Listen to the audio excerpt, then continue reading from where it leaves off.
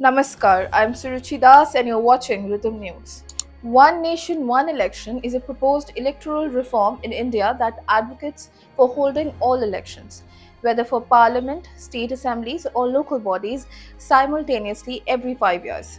The objective of this concept is to streamline the electoral process, reduce election related expenses, minimize disruptions caused by frequent elections, and improve governance by shifting focus from constant campaigning to policy implementation. After extensive debate in India, the Union Cabinet has approved the report of a committee chaired by former President Ramnath Kovind, which recommends implementing One Nation, One Election.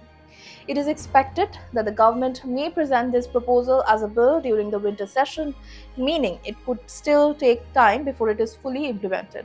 However, it's worth noting that the concept of one nation, one election is already in practice in several countries worldwide.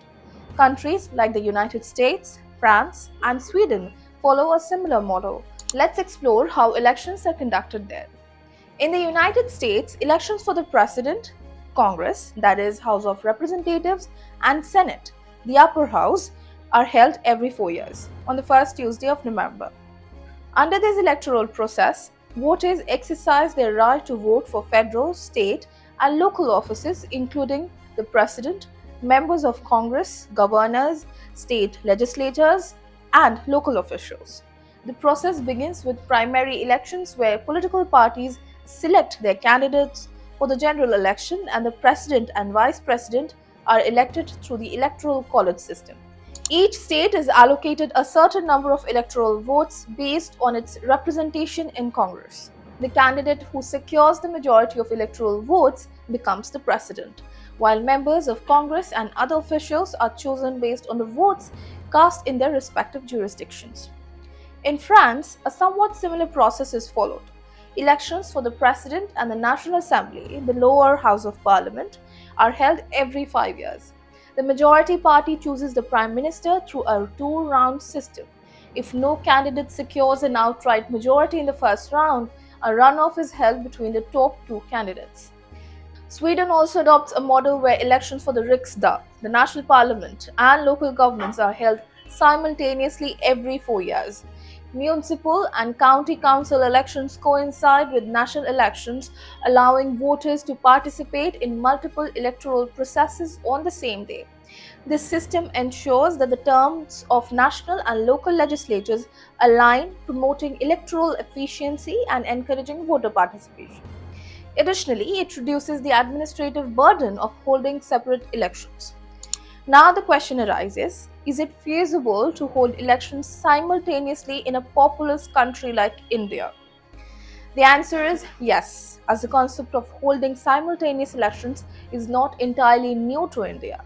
After becoming a republic in 1950, elections for the Lok Sabha and all state assemblies were held together every 5 years between 1951 and 1967. Voters cast their ballots for the both central and state governments simultaneously in 1952, 1957, 1962, and 1967. However, this practice ended in 1968 to 69 due to reorganization of states and the emergence of new states. Some critics argue that holding a single election may weaken the constitution and democracy. In response, Supreme Court lawyer Virag Gupta stated that the four simultaneous elections held between 1952 to 1967 did not weaken the constitution or democracy. While some believe it could undermine the federal structure, in reality it might strengthen regional parties, giving them more representation in both the Assembly and the Lok Sabha. This system could also foster a two-party system at the central level, similar to the US, leading to more substantive debates during elections rather than superficial allegations. There are several advantages to one nation, one election. If implemented, it could bolster India's economy and strengthen its democracy. Let us know your thoughts on simultaneous elections by commenting below. Jai Hind.